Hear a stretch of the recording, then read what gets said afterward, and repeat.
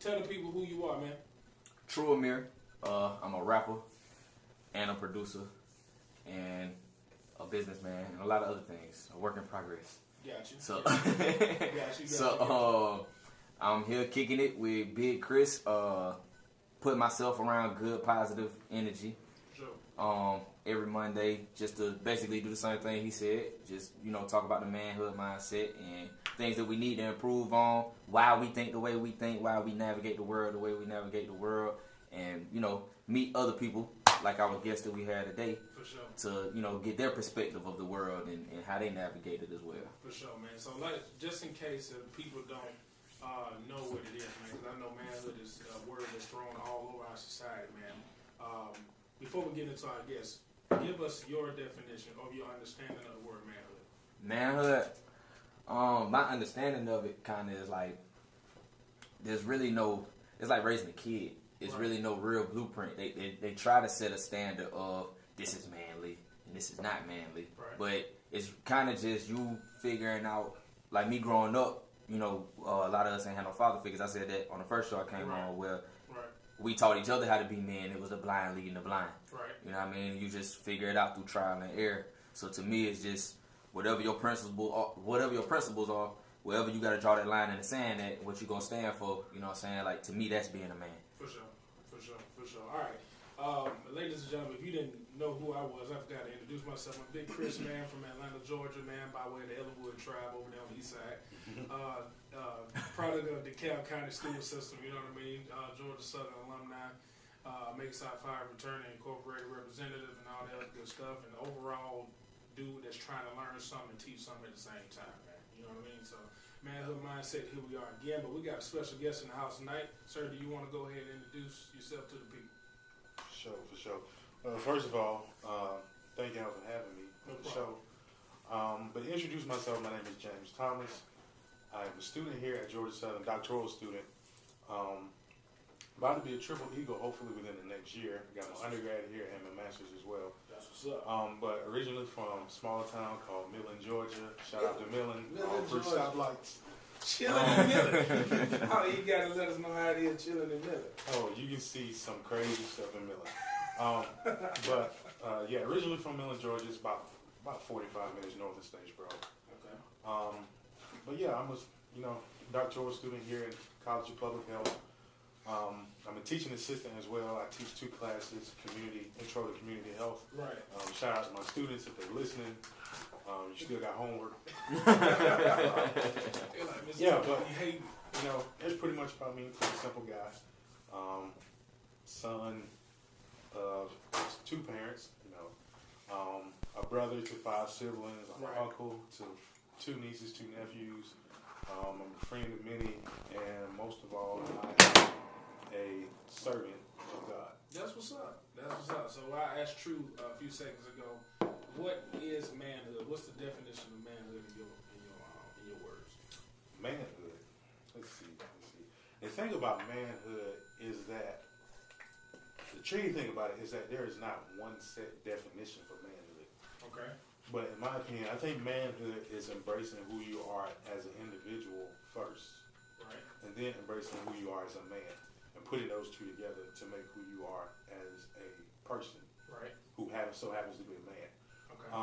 I think one of the things is that you have to know who you are as an individual first before you can even be a man. Correct. Or consider yourself a man. Fact. Correct.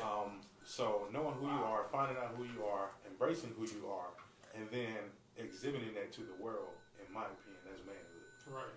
I had a conversation with a couple of people a couple of days ago, and I said manhood is personal. Right.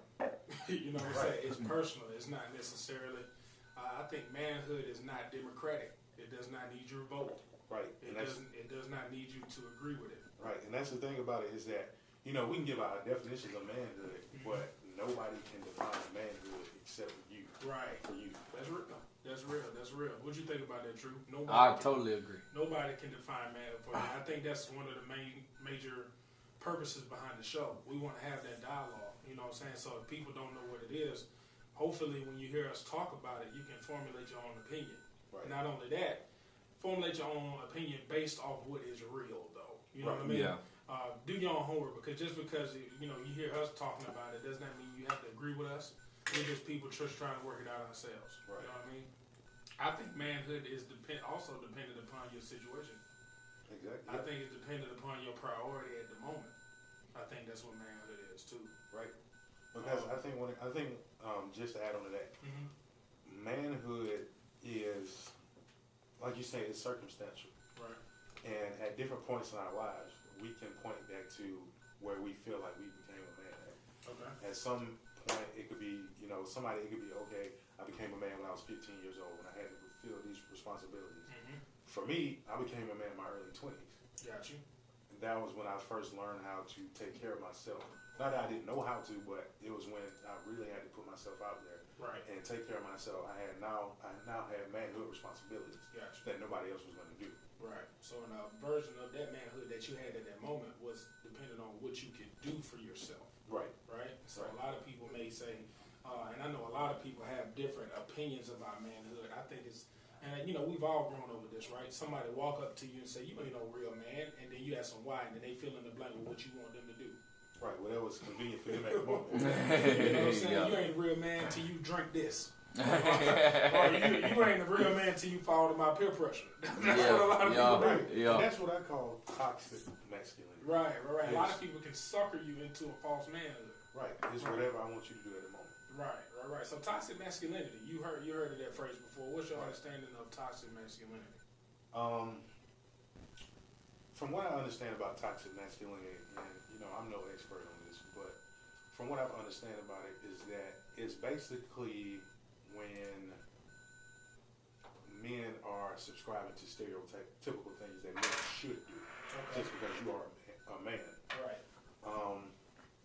But I have my own personal definition for it. I think, like I said earlier, masculinity is what you personally define it as yourself. Right. I think a part of toxic masculinity is when somebody's trying to define your manhood for you. Right. Okay.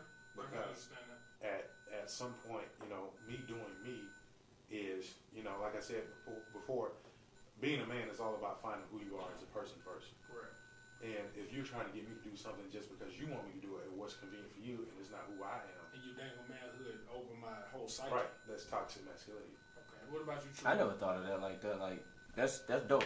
It's a lot. Because I've had a lot of toxic masculinity conversations, but the way that you just put that, saying like somebody trying to bestow the idea of being a man upon you, that is toxic. It is.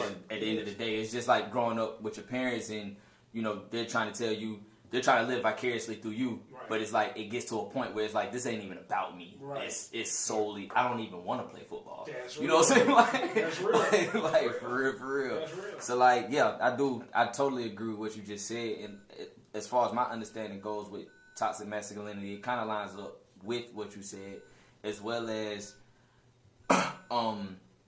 men, even if subconsciously it's kind of the same thing as what you just said. It's like you're signing up for something somebody else told you had to sign up for when you didn't, and now that you're trying to live by whatever those standards are, you do the same thing to somebody else. You know what I'm saying? And it's just a vicious cycle, and it's a revolving door that just never stops. Right. I think we've heard all types of different opinions about people in general. Like when we're dealing with categorization, right? I think anybody who has descriptive words to identify themselves falls into a category so people can make the most sense out of what they're about to do, right? Right. So if I walk into a room, obviously what I look like, the language I use, the slang I speak, or the articles of clothing that I wear, people have been trained to categorize all of it, right? Yeah. And jump to some either conclusion. Now, they may not act on their conclusion, but a conclusion is drawn. Now, some people have trained themselves not to dehumanize people based off the conclusion they've been trained to make up, right? But some people are not that great at doing it. And some people get a kick off of acting on their assumption, right? Yeah. So and hearing both of y'all talk about masculinity and what toxic masculinity is, I think toxic masculinity is based off of fear and insecurity. Oh, that's a big fact. On everybody's part. That's a big fact. And I think manhood is so taboo, man. I think it's one of the most abused words. I think it's one of the most miseducated words. Yeah. Because I think it's a weaponized word. Really? Yeah. Right. Because people use it to throw their ideas upon you and get you to do something. Anywhere with power, so to speak, Yeah. it's gonna be weaponized at some point or another. It's gonna be weaponized. Because like this, man, after something extremely violent happened, you can call them, man, you the man. And so that's telling somebody you the man now because you just took someone's manhood away. Right. And so I think, also too, let's question, can manhood between all of us coexist before somebody gets intimidated? You know what I mean? Because I've seen a lot of fear-based manhood, which is toxic masculinity. Yeah. That goes around thinking that they're brave, but in actuality, you ain't no man unless you make everybody scared. I've seen it. You know what I mean?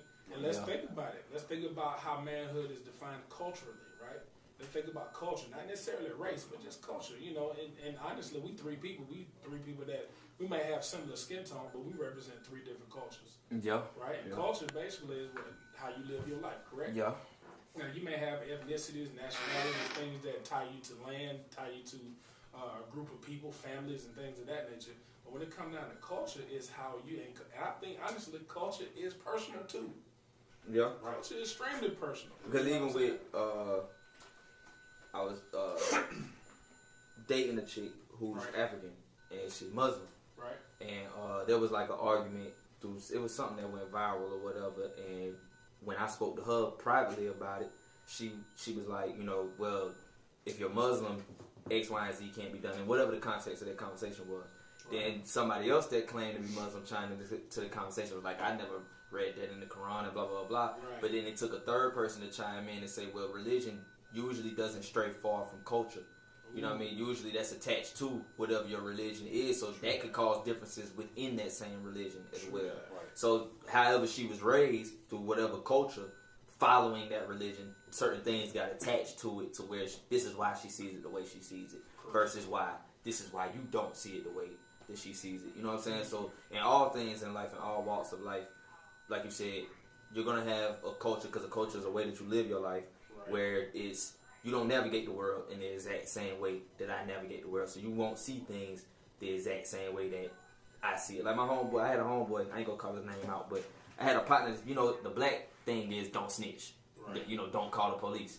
But if somebody comes in my apartment and steals everything and I don't know who did it, I'm calling the police, bro. Like, that's the logical thing to do. Like, I don't have to sign up for this quote unquote blackness of, you know what I mean? Like, nah, I'm calling the police. Like, my stuff is stolen. I'm collecting the insurance on what was stolen.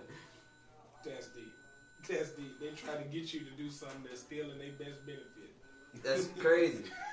And we sign up for that too. Like, oh, nah, I ain't gonna call the police, man. I can't do that. You know what I'm saying? But shorty is upside your head with a knife. You know what I mean? But you're not going to call the police on old girl, because me personally, I wouldn't do it, but I would get out of that situation. But some people, you know what I'm saying, like, there's dudes out there that get beat by women. Even though I'm kind of training off into another subject, but there's dudes out there that are abused by women. You know what I mean? And so, because you're a quote-unquote man, so to speak, is, nah, I can't call the police. I can't ask nobody for help. I got to defuse this situation on my own. And you end up in jail. Bruh, how many men refuse to get like the help that they need because they don't want to seem like a punk, but you end up being a punk because you didn't get the help you need? It's crazy. It's crazy. It's just riding over that. Even going back to think about it when we were younger, how culture, and this is just tying culture to manhood. Think about it when we were younger, as young African American men. It's not convenient for you to be educated or smart. And even your surrounding friends look at you differently if you're smart. Because I have homeboys who had the opportunity to be inside of honor societies and different organizations when they was in elementary school. Right. And they were like, no, I chose not to do it, or I didn't want to do it, but their parents made them do it. Correct. Based on the mindset of being a man or African American man, you had to act a certain way when you were younger. Correct. You couldn't be, the top student in the class. You couldn't be the smart kid that liked to read books. You had to be the one that was playing basketball. You had to be the one that was playing football. You had to be the one wearing the newest Precious J's. There's nothing wrong with that. But at the same time, we can't stereotype and only define manhood as one thing. Correct. I think on the grand scale, our interactions with people on this, in our environment, period, needs to be very carefully examined. You know what I mean? Yeah. I think manhood also includes the ability to communicate. Right. Not only what you believe, but how can you express yourself, like necessarily unapologetically, but without having to be confirmed. Right. You know what I'm saying? Yeah. And I don't think, and not only just... You saying like express yourself without seeking validation. There you go. Yeah. You said it perfectly. And I would say not only... that's a lot of stuff going on here. But what a lot of people don't understand is when you're seeking validation, it is going to be quite dangerous. Just happened. But what a lot of people don't get is when you go down that slippery road of trying to get validated, your manhood is definitely sacrificed. Yeah. It is sacrificed as soon as you go that route. Yeah, when you seeking validation, you automatically take your manhood, you hand it to somebody else, and you say, define it for me. Right. So I think what we all have to do is find out which ways that we can communicate. And I think a lot of times people say men don't know how to communicate. Is it hard expressing yourself as a man? Have y'all found that out? I mean, to me, it depends on who you're dealing with, and, culture ties into that as well. But for me, I don't think it's hard for me to express myself as a man. It's just certain people I choose not to express myself to. Right. Because even though, you might find it easy to express yourself as a man, certain people already have their stereotypes about how you're supposed to act. Right. And for me personally, if you feel that if you have a certain type of mindset that as a man you're supposed to act this way, as a man you're not supposed to do this, you're not supposed to do that. Right. I don't want to express myself to you anyway. So you're not also. Well, I guess what men are, it's hard to communicate with people who are not listening to you. Right. Do people listen to men? I feel like he said, it depends on who you're dealing with. It depends on who you're talking to. Some people I've met. My typical experience, like in an intimate situation, is more so like, oh, I'm closed off, I'm mysterious. So usually, more times than not, it's like, if this dude has something to say, I'm gonna be quiet and I'm gonna listen. If I finally get him to open up, you know what I'm saying, and say something. But on the flip side of that, you got guys who do openly express themselves without somebody yearning for them to express themselves, and then people kind of reject it, like, oh, nah, he whiny, or he always complaining about something. Or look at how we treat Wale. Right. Oh yeah, I've heard. What, like, for people who not really. Well, and to be honest, I ain't gonna lie, because it kind of get on my nerves a little bit watching a Wale interview. Like, but it's like he always has something that he's griping about, but at the same time, it's like, to a certain level, this man feels like he's not being heard. He feels like he's not being taken seriously, whatever. So, and people on a smaller level, because he has clout, you know what I mean? So people on a smaller level that doesn't have that, they can feel bottled up, you know what I mean? And they're walking their everyday life dealing with, they're expressing themselves, and people are either doing something that invalidates it, whether it's purposely or, just accidentally or whatever, just by whatever your actions are, or they're kind of just not even just invalidating it, you're just dismissing it altogether. Like, I don't want to hear that, I don't want to deal with it. You know what I mean? I don't really want him around. I don't want to deal with the whining. Right. You know what I'm saying? So when somebody like me, I dealt with that as a child growing up. Right. So I kind of like early on, before I stepped out into the world, already had that. Well, I'm gonna keep my problems to myself. You know what I mean? And I don't need anybody's pity. You know what I'm saying? So I'm gonna deal with, and that's, to a certain extent, that is toxic. That's true. To keep that bottled up inside of you. You know what I mean? So everybody needs an outlet every now and then. But like he said, like James said, you gotta pick and choose carefully who it is that you indulge in expressing yourself and letting your deepest secrets and all that out with. You know what I mean? I think, man, across this board, man, when we start talking about females as well, and how we communicate with women in our community, there's a lot of I ain't gonna say miscommunication, it's just a complete lack of. Right. You know what I mean? Yeah. I think, I don't know, have y'all seen or witnessed the level of communication between men and women in our community, regardless of race, just our community, period.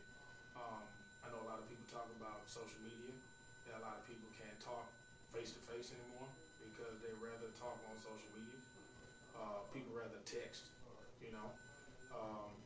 People are just pretty much detached, you know what I'm saying? And if you're already detached and you sprinkle a little negativity in your detachment, what do you have? Yo, I see what you're saying. You see what I'm saying? Yeah. I guess my question is, which way is up after that? You know, if it's already that, I ain't gonna say gender war, but gender disconnect. You know what I'm saying? Because we don't communicate the same way. I feel like the problem with that is women, just statistically, like mathematically, it just is what it is. Right. They have a lot more negative interactions with men on a day-to-day basis than they have positive interactions with men because, and I said this on one of the other episodes, where men just, you're not consciously thinking, like, how could I consciously think about how many men has approached this girl that I'm looking at racetrack right now today? Right. You know what I'm saying? Right. How many men has she turned down? How aggravated is she by whatever her own personal problems are on top of a bunch of guys trying to talk to her? Right. And at the end of the day, she's married. Right. You know what I'm saying? Like, with her ring. So, you know what I mean? So it's like she ain't married after 5. Depends on where you at. You okay, man? You second till you get caught. So it's like with that added to it, you know what I mean? Like, to a certain extent, if that was you in her shoes, you would kind of turn off your ears to what men got to say too. Right. You know what I mean? Because you would feel like nothing productive is coming from that until you do have that positive reinforcing interaction with somebody that you felt deserved a chance to, or you kind of just stumbled upon it or however it went. You know what I mean? But I think that the responsibility falls on us way more than, because I'm not gonna lie, I was one of those guys that, like, when women say, oh, men are trash, I kind of took it personally only because all of these testimonies that they had, not to say that they weren't real, I haven't visibly seen, or maybe I was blocking out these kind of guys that they talking about. Mm-hmm. You know what I mean? So as I engage in these type of conversations more often, and I see these type of conversations online, and I open my eyes to it in the everyday world, a lot of dudes are trash. Yeah, like, a lot. Human beings as a whole, we suffering right about now. Like, you know what I'm saying? For real. As a conglomerate, we are losing the playoff game. Like seriously though, man. Yeah. And it's like with now I understand where, like, not saying I was never one of those people griping like, well, I'm not one of those guys. You should mess with a real player, you know, for lack of what I can't say on the radio, you know what I'm saying? But I was never one of those dudes, but I did kind of feel like, dang, like, you got to come at, like, all guys, like, you know what I mean? But now I kind of see where it's like, if I was in her position, I'd feel the same way. And then being a dude of, this kind of goes off base, but it's still on the same track. Mm-hmm. Attractiveness in this world is a privilege, whether you male or female. You know what I mean? Yeah, you got an uphill battle. It's a fact though. With skates on. Like, if you're an attractive person, if you're an attractive woman, it's almost guaranteed that if you get on a packed bus, somebody's gonna get up and give you your seat, give you their seat. Heck yeah, right. You know what I mean? Absolutely. But if you're a heavy set woman, you're not that cute. You know what I'm saying? Like, you might have to stand. And your beard lined up, and you got 10 days. No. Like, for real. But attractiveness is a privilege, and with me being an attractive guy, not to be cocky and nothing like that, but I've had my fair share, whatever. I've had a lot of interactions that are similar to the things that women complain about when it comes to men. Right. You know what I mean? So I've had a lot of those type of interactions with women. You know what I mean? So it made it a little bit more tangible for me to be able to understand, like, nah, what they're complaining about, for one, is on an exponential level in comparison to mine. But it makes me able to see it through their lens, sort of, kind of, where it's like, nah, what they're talking about is real. It really does exist, and we have to open our eyes. The same way we want white people to open their eyes to the oppression that we face on a day-to-day basis. Right. James, what do you think about the overgeneralization of men? You know, we just talked about, you just said there was a comment, like on social media sometimes, in the trash, right? Mm-hmm. So when you see overgeneralizations of men, what are your thoughts on it? That's a good question. You know, like, on social media, like I'm on Facebook, Twitter, or Instagram, I see posts like True was saying, like, oh, men are trash. Right. The old me when I was younger, maybe early 20s, was like, y'all just dealing with the wrong dudes. I ain't that type of guy. I don't do that type of stuff. Me and my friends won't do that type of stuff. But it's like, as you know, try to, you know, to add on to what True was saying, as I get older and see what guys actually do, I'm like, you know what, there's a lot of crappy guys out there. Yeah, it really is. In abundance. But the thing is, you know, just like even, you know, what True was talking about. Trash. even adding on to what True was saying, how like if there's a lady and you know a lot of guys trying to get at her, a lot of guys trying to say something to her, and you know guys, we really don't think sometimes when we're trying to talk to women. Number one, you're not the first guy to try to talk to her. Right. Number two, you're not the first guy to notice something about her that she probably ain't heard before. True. And the thing is, you know, it's that going back when we were talking about expressing yourself. Mm-hmm. I think the way technology is today and the way that we are, you know, our mindsets are today, I don't even think we really even know how to hold a conversation anymore. We don't, bro. Because think about it. You know, how many guys really know, you know, I'm not knocking anybody, but how many guys in today's time, how many of us really walk up to a girl for the first time that we meet her and actually have a conversation about her? Where's she from? What she like to do? What's her interests? What's her hobbies?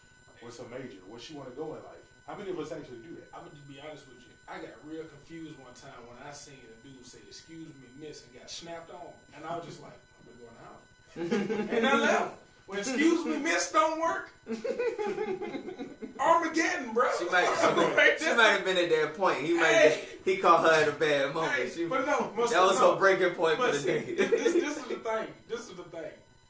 Excuse me, miss. It could be anything behind "excuse me, miss." You're Where's right. the bathroom? I've had too much. You gotta leave that alone. You gotta leave that. It's just getting bad now. Like, but you're right though. "Excuse me, miss" could have been, "Hey, you dropped your wallet" or something like. Excuse me, miss. I've got snapped on by just saying "excuse me." You're like, "I'm okay." I said, "I hope you are okay. I've just been holding this urine. I'd like to find the nearest bathroom if you don't mind." Then she had to look at me and was like, "Oh, my bad." I was like, "Yeah, it is your bad, but I got to go. Where is it?" You know what I'm saying? So it's strange, bro. Like, but let's talk about this because I do know that it's an uncomfortable topic. There is always the undertone, not even the undertone. It's always that idea of sexual assault that's been brought up, date rape, or just stranger rape, all rape. You know what I'm saying? Rape within families between men and women. You know what I mean? So now, have you all seen the dialogue in society right now when men are approaching women? It's about safety now more than it is about romance. Have y'all seen that? I've seen that shit. What are your thoughts? I've definitely seen that shit. Matter of fact, I'm not even gonna flex to you. Like, my birthday's coming up, and we was planning a party where we were going to hire dancers. Enjoy. Yeah, so I've supported the fine arts. So, but I got a partner that owns a security company. Like he does security at clubs, and I seriously have considered hiring him for the safety of the girls, just to make sure that nothing. If I feel like the party's gonna be 50, 60 people, right? You know what I'm saying? Like I feel like I should hire him to have like 2 or 3 guys to ensure the safety of the girls. Right. To make sure that nobody, because I can't control everybody, especially drinking and smoking or whatever you're doing, you know what I'm saying, or whatever you may have done before you got there. And you just smoking chicken and brisket when you cook it out. Yeah. Right. Yeah. My bad, I forgot what it was. No, that's okay. Smoke is not bad. I mean, I just went to the smoke pit down the street. Amazing food. Smoke is not a cuss word. It's just not. And drinking, I've had water today twice. But yeah, so I seriously have considered. Great save, Big Chris. Yeah, it was great. That was a very good one. Quick on your feet. John smokes with the jokes. But I considered it because of like the conversation that we're having right now. Right. You know what I mean? And like I can't control everybody. I don't know what may or may not. And then it's like, again, like I said, being oblivious to the things that a lot of these women are saying they deal with on the day. Their testimonies are not, they're not making these up out of thin air. No. You know what I mean? They're really dealing with these things on a day-to-day basis. We have homeboys that have, it might not have been what we consider like rape what you see on SVU. Right. You know what I mean? But he might have guilt tripped her into having sex, or he might have purposely got her intoxicated to have sex. You know what I'm saying? Like whatever. But she literally feared her life, so she said, "Let me do this." Exactly. You know what I mean? Those things happen. So it's like just being on the safe side and all of the factors of what could possibly be. You don't know who operates like what in their head. I consider that because of this very conversation that we're having right now. Well, yeah. I got a question. What do y'all think that mindset comes from? Which mindset? Of men who do these types of things, like putting women in just awkward situations. What is that mindset come from? Right there, and you know, the strange part is, I know we talk about toxic masculinity, but that might be one of the culprits. The symptoms. Yeah, it's the symptoms of it because you're trying to prove that you are a man or the man, right? Oh, that's definitely toxic. Right. So now, some of us have decided to define our manhood by how many women we sleep with, right? Some of us are defining our manhood by how much money we make. Some of us are defining our manhood by how many people are scared of us. And when that really it gets dangerous is when people start merging all three of them together. When somebody is scared, you got your money, and you're trying to have women at the same time. You view that as money, power, and respect. That's what I'm saying. Yeah. So now you talking about it's beyond toxic. It's cesspool masculinity. You see what I'm saying? So you got some of these guys, and I'm just being honest with you. Some of that comes from a deficit.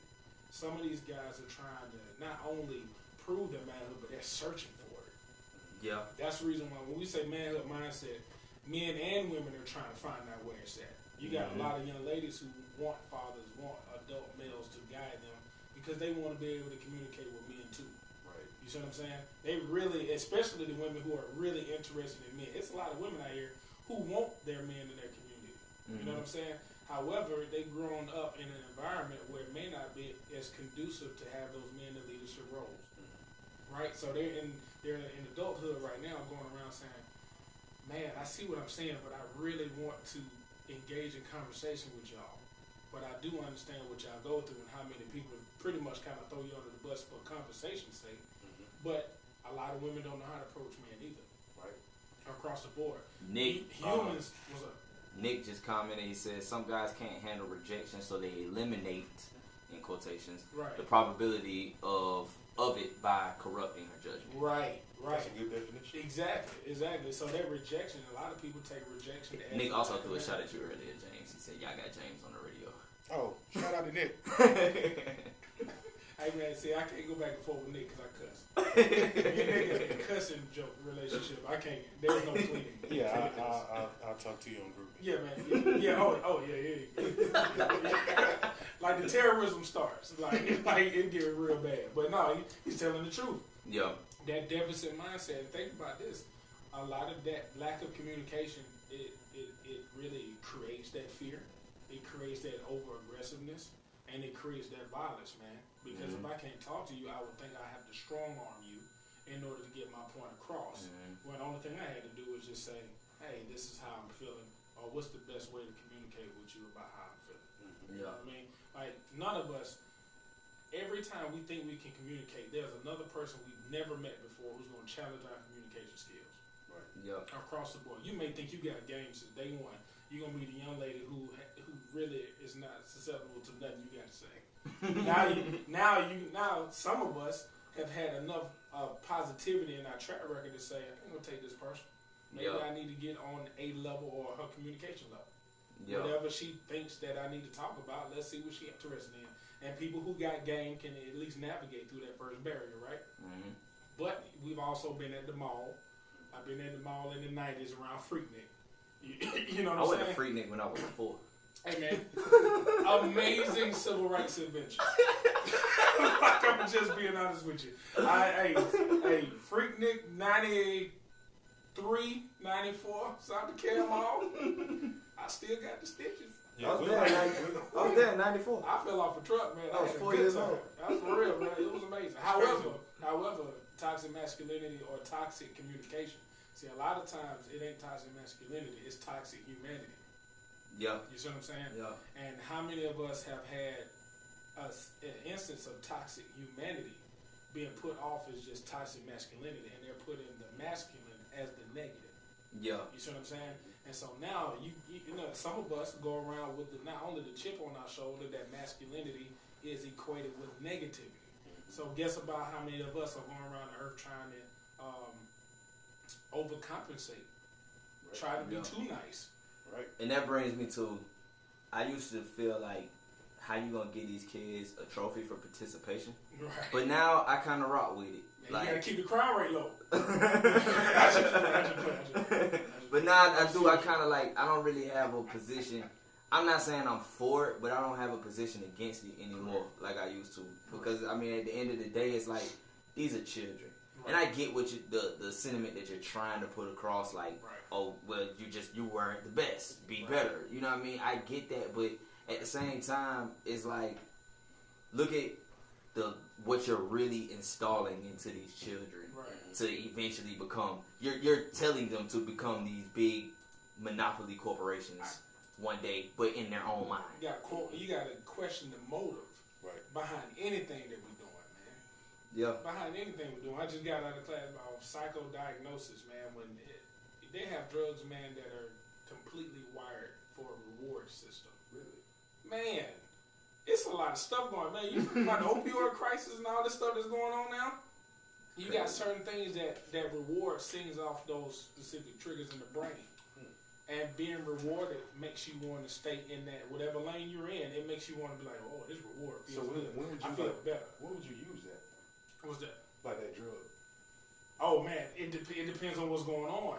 Because some of the things they got going on now, the drugs that are being abused, it makes you feel like that same utopia when you get a reward. And when you get a reward, just being honest with you, when you get a reward, that is used to not only celebrate what you've done, it's also to train everybody how to behave.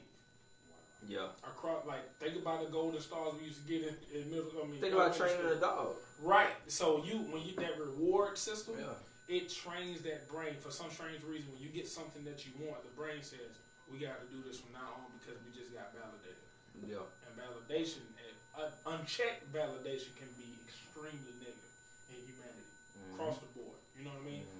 So like, if somebody's listening to this day, man, like, have that conversation around people you trust about, hey, man, all the things that I think is important in this world, where is it really coming from? Because we're not telling you just to ditch everything. We don't even have that jurisdiction. Like, I ain't telling you to get rid of all the things you think is important.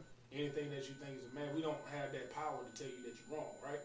However, if you can't explain it, you know what I'm saying? If you can't explain it, and a lot of it has something to do with other people are saying and doing, you got to question it, or at least be clear about it. So when you do articulate yourself, when we talk about articulation and communication, is a huge part of manhood. You can do that. Yeah. You know what I mean? So it ain't necessarily about right or wrong, man. Is it clear or is it not? Yeah. Is it you or is it not? Right. Is it confusing or is it clear? Straight up, man. So I want to get into I want to switch subjects real quick, but I do want to get into your story. Okay. As far as you said you were about to be a triple eagle, right? Exactly. So now, I'm pretty sure in society, when people walk into a room, they will consider you a young black male, right? How was that process through your academic endeavors? What was that process like, and what does it mean for you to be? How old are you? 28. You about to be a 28-year-old doctor. Right. Crazy, right? No, it ain't. It ain't crazy to me because I know you. You're a genius to me. I ain't gonna lie to you. I've seen the dude for years, man. I'm the dude, just average. Hey, man, the dude, he know what he talking about. And I also want to talk about your interest and what you're studying. That's going to be very, very important. But I want to get into your story through academia because I know some people who may be listening to the show who may be on that same journey that you used to be on, and now you're at, you getting your doctorate. So what's up? Okay. All right. Well, the funny thing is, like, every semester, last class, I always tell my students my story. Right. Just give them like some motivation. Right. But a lot of times, sometimes my students or people look at me, they're like, "Oh, you're so successful. You're getting your doctorate before you're even 30," and a lot of people don't really do that type of thing. Right. But for me, I started Georgia Southern in fall 2008. Came here, I was a biology major. Okay. And the reason why I was a biology major is because I wanted to be a medical doctor. Gotcha. The reason why I wanted to be a medical doctor is because a lot of people were talking about that was a good profession. I got one sister just graduated. Well, shout out to my brothers and sisters. I got one sister. Siblings. Yeah, they listening too. They just popped on group me. That's like, guess who won't pick Chris show? That's how siblings talk to. But anyway, I got one sister just graduated from medical school. I got another sister finishing up her third year in medical school, and she'll be graduating next year. Right. So I kind of wanted to, do the same thing.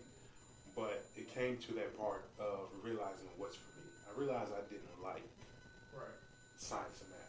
Not that there's anything wrong with science and math, but it wasn't my thing. Right. And It didn't pique your interest. Right. You knew how to do it, but it didn't pique your interest. Right. I specifically remember the day I changed my major. I was a biology major. I was taking a calculus test, and the instructor handed out the test. I wrote my name on it, looked over the test, handed it back to him. Didn't answer none of the questions. That was it. I didn't know anything. I didn't know anything on it. That's your last straw. And I realized, I was like, I can't keep doing this. Right. So my grades suffered because of that, because of trying to study something I wasn't interested in. My grades suffered. Right. End of my sophomore year, beginning of junior year, I had I'm going to ask y'all this. What do y'all think my GPA was? Man, if you were uninterested. Was it in the tools? No. It was lower than that? Yeah. 1.5? I wasn't that low, Chris. My bad. I'm just playing. But I had a 1.87 GPA. I was going to say 1.8. 1.87 GPA. For sure. Changed my major to health education and promotion. Okay. Beginning of my junior year. And I didn't make my first A in college till my junior year. Wow, dude. I didn't make my first A in college till my junior year. For sure. Before then, all my grades were B's, a lot of C's, some D's, and some F's. Right. I can still remember the classes. You know what? I actually failed the health class that we had to take as freshmen. I actually failed that my first semester. Just messing around, whatever. But I started enjoying my major, health education promotion in the public health field. Okay. Second semester in the major, I hit the dean's list. Third semester in the major, I hit the dean's list again. Wow. Got ready to graduate. I had the dean's list again my last semester. Right. I went from a 1.86, graduated with a 2.67. And the thing is, a lot of people may say, well, that's not the best GPA. I remember I was doing an interview one time, and the lady asked me, she was like, what is your GPA when you graduated? I said, 2.67. And she was like, do you think that's a good GPA? I said, yeah. I said, to me, it's better than 3.0, because the 2.67 shows perseverance behind it. Ooh. The 2.67 has a story behind it. Drop kicked in the chest. Right. And That was tight. because at 2.67 used to be at 1.87. And I graduated with 2.67, and I already knew I was going to go to grad school. And the grad school GPA requirement was a 2.75. Right. So I applied, expecting to get in on provisional. I just proved myself first semester, then I'll be regular admission. Right. I applied, got in on regular admission first semester. Wow. So the thing was, I graduated with my master's GPA. I graduated spring 2015 with a master's in public health, emphasis in community health. Okay. Graduated with a 3.67. So I graduated undergrad with 2.67. Graduated with grad 3.67. For sure. And for me, I was done with school at that point. I'm like, I'm finna find a job. Right. I'm about to make some money, Right. have me a career, buy me a house, give me a nice car. Right. And the thing was, every job I looked at was like, you need 5 years of experience. I'm like, I never had a professional job in the field. Right. So one of my professors, shout out to Dr. Levi Ross, he was like, James, you should apply for the doctoral program here. He was like, you're already doing the work. And he told me, he said, if you can get a master's and you can graduate with a good GPA, you can get a doctorate. You really can. And that's one thing I tell a lot of students. A lot of times students get intimidated when they hear the word doctorate. Yep. Because they think it's something extremely hard. But if you Think about surgery. right. But Shaq has a doctorate. Right. Well, is it an honorary doctorate? I don't know. I think it might be Maybe. one in like a legit one in business. Really? I think it Okay. might be. That's what's up. But Dr. Ross, and then I just kind of kept hearing it. My dad told me, he was like, you're young, you don't have any kids. Use this take the opportunity now. I remember, just a lot of people just kept telling me to do it, and I think it was like divine intervention, because I actually applied for the program after the date of the application was due. And I checking to see if I got in. And I think it was like late July, I seen I had been accepted to the program. So I'm like, wow, I'm 25, I'm about to get to a doctorate program. Right. First class, I'm like the youngest person out there. I got classmates working for the CDC. Right. They done taught school with everybody, they really have careers and they just went back to school. And here I am, just a young 25-year-old guy in class. And basically, I'm working on my dissertation now. I completed all my coursework last summer. Working on my dissertation now. My dissertation topic is dealing with black masculinity. Oh, wow. And health behavior in black men. Because one thing that we do know through research is that black men of different cultures define masculinity differently. All right. And put emphasis on it. Black men tend to define their masculinity from a spiritual and how they're needed in the family standpoint. So more so a family role instead of a societal role. Right. It's more so of how much do my kids value me, my relationship with them. How is my relationship with God? Those are things that black men incorporate into masculinity. So in order to effectively, because one thing about it, black men, our health is in a crisis. Because, when it comes to, we talk about public health, the more likely you are to be healthy if you have a higher education. Right. The more likely you are to have higher pay rates, the more likely you are to be healthy. However, when it comes to black men, that's not the case. Right. White men who have less education attainment and make less money are more healthier than black men who have higher money. Wow. So that's one thing we know is that black men, the state of health of black men is in a crisis. Okay. So one of the things we really have to look at, and one thing, I talked about this with my chair, shout out to Dr. Stacy Smallwood. One thing we kind of talked about is a lot of information that comes from research when it comes to health about black people in general. Right. A lot of it doesn't really come from studies specifically dedicated towards black people. It's on black people. Right. Not Or even it's it's a research study that they're doing in general. And it's like, well, we found this and African Americans are more likely to do this. Right. It's kind of like it's an by the way. Right. It's one of them by the way studies. Okay. So one of my things that my study is focusing on is really delving into black masculinity and how that affects our health decisions. Wow. How does that affect the way that we view health, the way that we participate in health behaviors? And we're still in the working out the kinks of it, but I got a feeling that it's really going to be a good dissertation. And you may save some lives with that dissertation. Right. And basically, one thing they always tell us is that never ever try to save the world with your dissertation. But one thing I'm trying to do, I'm not trying to save the world. But I'm trying to open up a door to bigger conversations because we have to do something about black men and black male health. Because we've been ignored too long. Everybody knows stats about us, how many of us go to prison, how many of us drop out of school. But what about us being alive? Yeah. What about our health? Stats almost stats. We talk about it. I think the major thing with that is black men that are intelligent, like the three of us sitting here, and have it's a slew of us talk like this. Yeah, it's not an anomaly.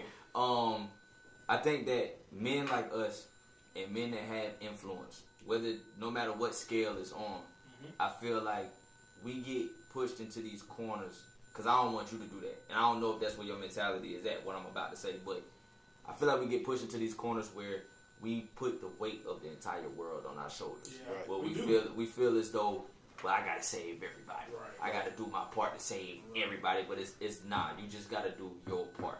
And however infectious that becomes and however many people you help, that's a great and a wonderful thing. You know what I mean? But you literally cannot help however many millions of us there are. You know what I mean? Especially the ones that don't want it. Exactly. Don't want to help. But it's like a puzzle piece. You do your part. I do exactly. my part, you do your part, and then it just fits together. We just gotta try. Right. We just gotta try, man. It's something. I mean, at the end of the day, there were a lot of black people that did not follow behind Malcolm. There were a lot of black people that didn't follow behind Martin. Yeah. Right. You know what I mean? So it's like you just can't. There were a lot of people that didn't follow behind Huey. You know what I mean? So you just got to do your part and where you fit in best, and those who are drawn to you and can receive that from you and help you learn things. You know what I mean? That's still wonderful. You know what I mean? It's not less than just because you missed, somebody that you wished you could have saved or whatever the case may be. Two things. One thing I heard, two things that I heard. You said most men who are considered non-white look at their masculinity through spirituality and family ties. Right. But we talked about toxic masculinity or aggressive manhood earlier, and that manhood was based on money, power, and respect. Right? So let me ask you this, and we're gonna close now because we gotta roll, but you gotta come back. Oh yeah. You gotta keep talking about your research, and I know you done found some stuff out. Definitely. Money, power, respect, and spirituality and family, do they clash? Definitely. And one, can they coexist as a priority, like as a top priority? It depends on what you prioritize it. Capitalism. Because just talking about just talking about spiritual. Everybody can't be capitalism. But just talking about from like the spiritual aspect, personally for me, you know, I'm a Christian. Right. Personally for me, money is not necessarily something that should dictate my life. Right. No. Because we were here before money. That's what people don't get. There was plenty of manhood on this planet before money was invented. Right. And just spiritually speaking, not trying to preach to anybody or anything, but talk to people. Talk to them. The Bible says, "For the love of money is the root of all evil." You know, Jesus said you can't serve God and money at the same time. Correct. No man can have two masters. You'll love one and hate the other. Wow. But with me, I think one of the biggest things is that a lot of times we become a slave to vanity. Right. We become a slave to materialistic things. For sure. And when you become that, that's when you lose your humanity. Yeah. You will do anything to make money. You will use anybody to make money. And you will leave out the humanity of others. Right. And I think if you have a good, perfect balance, if you're able to put money in money's place, Right. if you're able to put your power and positions in its proper place, Correct. and all that comes from knowing who you are as a person. And that's one of the biggest things. If you don't know who you are, you will do anything. James, man, I ain't gonna lie to you. You got to come back next week. Yeah. If you ain't come back next week, you gonna come back soon, straight up. Definitely. Because we need more conversation. Need to be heading this direction. Yeah. I want to invite some ladies to the booth. I was just about to say that if you come back next week, we should definitely invite a woman to have that energy in the room. Right. So if you're interested in coming on the show, ladies, you need to email me directly at mchristopherpugh@gmail.com. And say why you want to be on the show, especially when we're talking about manhood, because there's a lot of women out there who are searching for manhood too. All right, and in the most positive way, they're just searching for a genuine. My phone about to die, so I'm gonna go ahead and close. We're gonna need everybody's point of view and how everybody has been miseducated on manhood. You know what I mean? So, ladies and gentlemen, thank y'all so much for a closing remark, man. We always ask our guests to do this. That young person that's listening to the show, who's probably went through the exact same thing you're going through. They just need pretty much some help. They're trying to believe in themselves, trying to look for their purpose, trying to find out new ways to just love themselves as a human being. What do you want to say to that young person listening right now? To the young person listening right now, be yourself. Learn how to love yourself, despite what other people might say to you.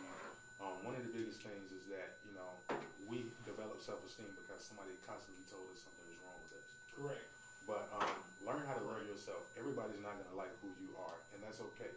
But as long as you learn to like who you are and you embrace who you are as a person, right, that's where your success, that's where your foundation for success starts at. That's correct. That's correct. Well, ladies and gentlemen, thank y'all so much for tuning in to Manhood Mindset. We are on every Monday from 8 to 9. We're going to bring you back. We're going to hopefully have a young lady on the show as well, so we can have some creative and some clear dialogue on expectations and how much we've all been miseducated on manhood itself. So, James, man, hey, man, appreciate you coming by, man. Appreciate y'all for that. True, you always the OG, man. You know what I'm saying? Tell the people how they can support you and your artwork, man. Truu Amir, man, that's on Facebook, Instagram, and Twitter. True Hayes. On Snapchat, it's TruuHayze, TruuAmir. I drop a freestyle every single Tuesday. We're doing 52 of them guys all year, all 52 weeks, man. We're doing one a week. So tomorrow it'll be there around like 8, that is, something like that. It depends on if the Spurs playing or not.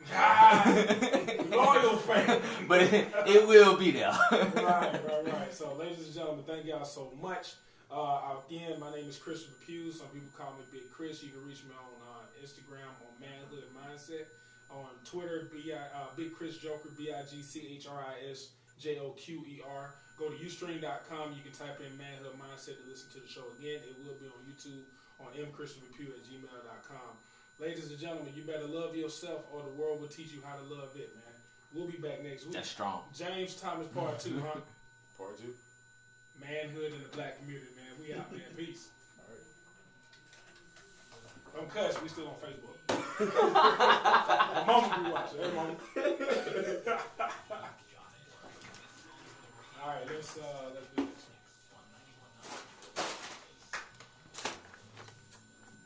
Let's do this. My homegirl want me to do it's 4 Tuesdays in this month, so she want me to do Black History themed freestyles on Tuesday. Most definitely. Why not? I've been being kind of petty with Black History Month this year since it's been so lit already. You could sign. Gotcha. Let you know you made it. I didn't want to interrupt y'all show. No, you good. You good. Can't eat here. Oh, my bad. Okay. Well, You cut that. You see that camera right there? Right there. Right here? Yeah, right on the shoulder. Okay. So they know it. Okay. Dope. Appreciate you, boss.